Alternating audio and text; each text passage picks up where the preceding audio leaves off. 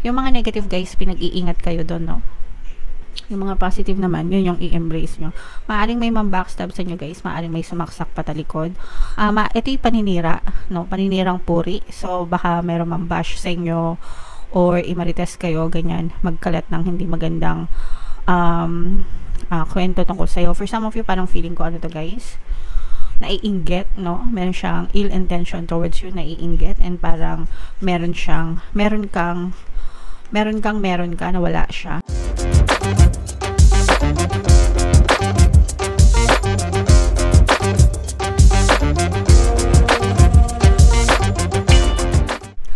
Hello guys, hello Aries, welcome back to Pinoy Pixie Tarot. Ang pamagat ng episode natin for tonight is second half kapalaran ng 2024. So from ano to guys, July to December, para sa Aries, Sun, Moon, Rising Sign, and Venus. General reading lang guys, pwede mag-resonate, pwedeng hindi, pwedeng positive, pwedeng negative. Unahin natin itong deck na to mga kapiksi. Tingnan natin yung mga mensahe sa inyo ng inyong gabay, mga gabay, no? We have the Silver Waterfall. So, unang-una, for some of you, this may be the best time para mag-cleanse kayo, mag-let go mga kapiksi. Kasi kung wala kayong nakikitang movement, improvement sa buhay nyo, maaaring may mga blocks kayo. Okay? And sometimes or most of the time, yun yung mga negative emotions, negative assumptions, negative thoughts, no? And that's why nire-recommend namin na mag-cleanse kayo para mawala yung mga negative energies na nakakapit sa inyo. And then you have to learn to let go as well. Kailangan magkaroon ng acceptance and forgiveness, mga kapiksi. Yun yung fastest way para maka-let go and maka-detach from your past circumstances. Kasi sometimes, kahit anong gusto mong gawing mag-move on, pero kapag hindi ka nagpapatawad, mahirapan kang makabitaw mga kapiksi. Okay? So, acceptance and forgiveness guys, para maka-let go and maka-move on. Another message for you, Aries, intimacy. So, this will not resonate with all guys. Sa mga may asawa ito guys, sa mga may asawa, sa mga may partners, iparamdam nyo yung pagmamahal nyo sa isa't isa through intimacy mga kapiksi. It's a gift from God, no? Lalo na sa mga mag-asawa guys. So, yeah. Baka kulang sa lambing, kulang sa init para masolusyonan yung mga problema sa relasyon. And then we have serendipity. Ito guys, sobrang ganda nito kasi ibig sabihin nito guys, events are coming out para maging favorable sa inyo. So, yung affirmations na palagi nating sinasabi, everything is always working out in my favor. Yan, swak na swak yan dito, mga kapiksi. So, ibig sabihin nito guys, from July to December, mapapansin mo na yung mga sitwasyon sa buhay mo is palagi nagiging favorable. Mga unexpected events, no? Na nagiging favorable sa inyo yung sitwasyon. So, i-claim yan guys sa comment section. Mine, paborsa ka ng sitwasyon, ganyan. Mine, magagandang sitwasyon. Yan. So, i-mine yan guys sa comment section. Another message, Aries, we have yin and yang. This is moderation, this is balance, mga kapiksi. Balance yung yin and yang energy, passive and active energy, mga kapiksi. So, ilagay sa moderation. Lahat ng bagay, guys, no? You cannot appreciate light without darkness, and you cannot appreciate darkness without light. So, lahat ng bagay, guys, ilagay sa tamang moderation, ilagay sa tamang balance. Okay? So, what else, Aries? Ano pang mensahe para sa inyo, guys? Maturity. So, ito, guys, maganda ito kasi ibig sabihin, no? Nagmamature kayo dahil dun sa mga experiences na pinagdadaanan nyo sa buhay, and dun sa mga experiences na yon, may mga lessons kayo na natututunan, nagiging cause para mag-mature kayo sa inyong buhay. So, ito yung mga contribute guys sa inyong growth and development. So, para sa inyo din yan, guys. So, whether maganda or hindi masyadong maganda yung nangyayari sa inyo, i-embrace nyo yan, guys, kasi may matututunan kayo dyan. Okay? Alright. And, yung last message, galing dito sa deck na to, Aries, we have the garden. So, yung garden, yung heart din, no? Imagine na yan yung subconscious mind nyo. And lahat ng itinatanim nyo sa subconscious mind nyo, yan yung napupush out sa inyong physical reality. In short, kung ano yung itinanim mo, yun yung aanihin mo sa iyong physical reality. So, pag nagtanim ka ng positive thoughts, magagandang bagay, focusing on your desires, focusing on happiness, focusing on abundance, focusing on love, then yan din yung aanihin mo sa buhay mo. Pero kung ikaw ay nagtatanim ng mga negative thoughts and assumptions, kahirapan, kalungkutan, galit, hinanakit, reklamo, no? Syempre, yun din yung aanihin mo. Kaya nga, ganun lang kasimple, guys. Kung anong itinanim, siyang aanihin. Kaya make sure na maganda palagi yung tinatanim nyo sa hardin ng inyong isipan para maganda din yung aanihin nyo, mga kapiksi. And make sure na alagaan yung mabuti. Ibig sabihin, mag-persist kayo. Okay?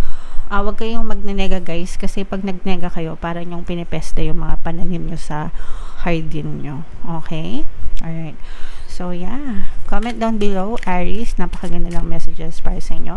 Comment down below if naka-resonate kayo.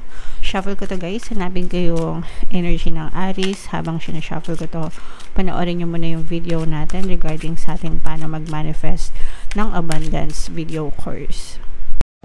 Kapiksi, sawa ka na ba sa mga struggles at hirap sa buhay mo? Masipag ka ba at masikap sa buhay ngunit hindi ka pa rin umaasenso? Ilang beses ka na bang nag-attempt mag-negosyo at mag-invest pero palagi ka pa rin nalulugi? Sa pagkakataon na ito ay maaaring may subconscious beliefs ka na nagiging balakid sa iyong pag-unlad at pagyaman. Introducing, paano mag-manifest ng abundance video course.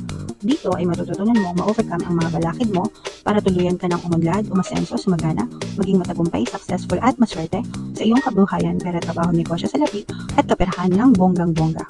Dali, mag-send na ng email sa pinoypixie@gmail.com at simulan na ang iyong pagyaman ngayon. Alright, so sa lahat ng gusto mag-avail ng course, guys, 20% discount tayo until June 30, kaya mag-avail na kayo, sobrang ganda niyan. And meron din tayong bagong course, paano mawala ang third party at magkaroon ng harmonious na relationship, para yan sa mga kapiksi natin na nagdudusa dahil sa third party. 30% discount, guys, until June 30, sobrang ganda, avail nyo na habang mura pa. Alright, so Aries, guys, kaya in-represent ng Queen of Wands sa ating spread, mga kapiksi. Ito'y, guys, combination ng positive and negative energy, mga kapiksi. So, unahin natin yung negative energy. For some of you guys, medyo nagkakaroon kayo ng problema sa pera. For some of you guys, lalo na kung may mga asawa kayo or yung iba sa inyo, guys, parang mabibiktima kayo ng panluloko sa pera, parang may nang-aasa nyo, may nanluloko sa inyo. Baka meron kayong mga pinautang. Ayan, these are the worst energies, mga kapiksi, especially when it comes to money, guys, kasi parang yung iba sa inyo parang puro ahas yung nakikita nyo, di ba?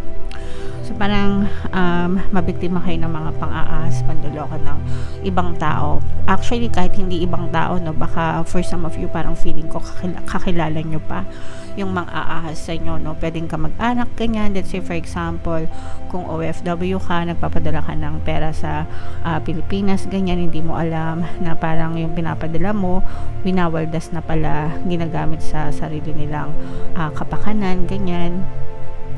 And yung iba naman, pwedeng, let's say for example, mga kaibigan mo, pinautang mo, tapos ikaw pa yung masama kapag sisingilin mo na, no? So, or kahit ka mag-anak, guys, parang ikaw pa yung iiyak sa bandang huli, ikaw pa yung magiging masama, lahat ng kabutihan na ginawa mo sa kanila, pangit yung balik sa'yo, no?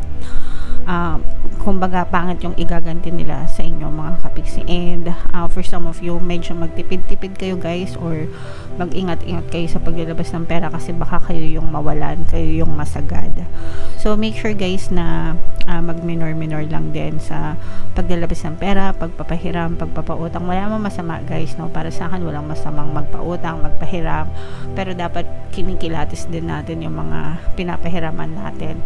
Kasi unang-una, pinaghirapan nyo yan, okay? And hindi naman lahat ng nangungutang deserve na pautangan. Kasi meron iba talaga na masasama ugali, mga tamad, diba? Umaasa na lang sa pautang-utang, ganyan. So, dapat kinikilatis nyo rin. And yun nga, hindi naman yan, hindi nyo naman pinupulot yung pera, pinaghihirapan nyo rin yan. So, make sure na mag-ingat because yan ay warning para sa inyo. Pero wag kayong mag-alala kasi si universe naman ang magbibigay sa inyo ng gantimpala. Okay? So, yung kung mabuting tao talaga kayo, kung meron talaga kayong mga butihing puso and ang gusto nyo lang naman ay makatulong. So, kahit na barubaling kayo ng mga tao na nangihiram sa inyo or nanggagancho sa inyo, ganyan, huwag kayong mag-alala kasi si universe naman na magbabalik ng mga blessings para sa inyo, guys. So, for some of you, maaari meron kayong bagong pagkakakitaan. Maaari kayong magkaroon ng bagong opportunity pagdating sa pera, bagong pagkakakitaan, kahit ano yan, guys, trabaho, negosyo, investment, ganyan, pero additional source of income. For some of you, maaaring itong negosyo, no? At saka hindi ito, parang hindi mo solo, parang maaari ka magkaroon ng business partner, guys. Pwede rin yung pamilya or pwede yung specific person mo yung kapartner mo sa negosyo. Pero yung iba sa inyo, guys, parang feeling ko magsisimula kayo ng business, family business. Kumbaga, pamilya yung mag-aasikaso, hindi lang ikaw, kundi yung family mo involved, no, sa pag-aasikaso ng negosyo, mga kapiksi. And dahil dito mas magiging matibay naman yung inyong kumbaga teamwork and pagmamahalan sa isa't isa. Mas lalo pang titibay yung bonding nyo sa isa't isa, mga kapiksi, kapag kayo ay nagsimula ng family business, guys. Okay? So, what else? Tingnan pa natin, guys. Wow, for some of you guys, sa mga lovers natin, maaari kayong mag-travel, mag-honeymoon, maaari merong mag-honeymoon sa inyo. Yung iba parang nagsisimula pa lang sa relationship, baka nagsisimula pa lang kayo ng married life, or yung iba sa inyo baka may magpakasal ngayong July to December, tapos honeymoon season para sa inyo. Ganyan. So, fresh na fresh yung love connection nyo with your partner or specific person. Yung iba naman sa inyo, guys, mag-ingat kayo sa mga nang babackstab. So, napapansin nyo ba yung reading natin, guys, no? Para siyang roller coaster. Merong positive, merong negative. Pero ganun talaga. Yung mga negative, guys, pinag-iingat kayo doon, no? Yung mga positive naman, yun yung i-embrace nyo. Maaring may backstab sa inyo, guys. Maaring may sumaksak patalikod. Ito yung paninira, no? Paninirang puri. So, baka meron bash sa inyo or imarites kayo, ganyan. Magkalat ng hindi magandang kwento tungkol sa'yo. For some of you, parang feeling ko, ano to, guys? Naiinggit, no? Meron siyang ill intention towards you, naiinggit, and parang meron ka na wala siya, kaya naiinggit, kaya gusto niyang sirain ka, ganyan. So, marami namang ganong klaseng tao, Diyos me, hindi ko alam kung bakit. Pero, peace be with them, sana maging mapayapa sila, mga kapiksi. Alright? Pero yan yung mga nakikita natin, guys, no? Very positive, sa negative naman may pagka-nega. So, iwasan nyo na lang.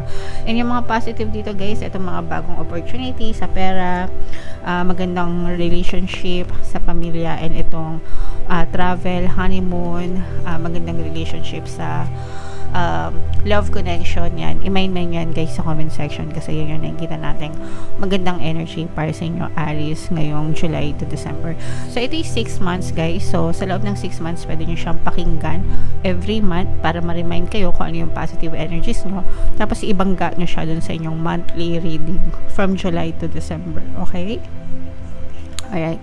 So, comment down below if ever na makaresonate kayo, guys. Ito yung ating mga pampaswerte subliminals, pakinggan nyo para makatulong sa inyo. And ito naman yung ating success stories ng paano mag-manifest ng abundance video course. Click here to subscribe, guys, and click here to join our membership program. Thank you for liking, sharing, and subscribing. See you again next time. I love you all, guys. Have a nice day. Bye-bye.